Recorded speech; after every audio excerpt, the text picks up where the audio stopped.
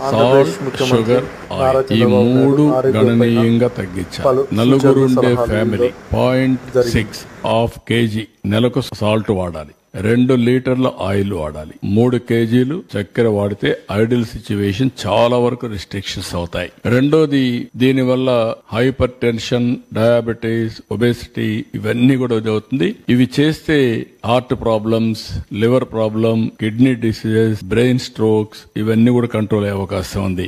Every person కి నేను state లో అందరూ కోరుతున్నా ఒక ½ అన్ అవర్ ఎక్సర్సైజ్, వాకింగ్, సాయంత్రమా మార్నింగ్ కంపల్సరీగా ½ అన్ అవర్ 30 minutes బ్రేక్ తీసుకోవాలి, ఎక్సర్సైజ్ చేయాలి ఆర్ వాకింగ్ అన్న చేయాలి. ఇది కూడా చాలా ముఖ్యం. ఇంకొక పక్క practice meditation, pranayama or prayer.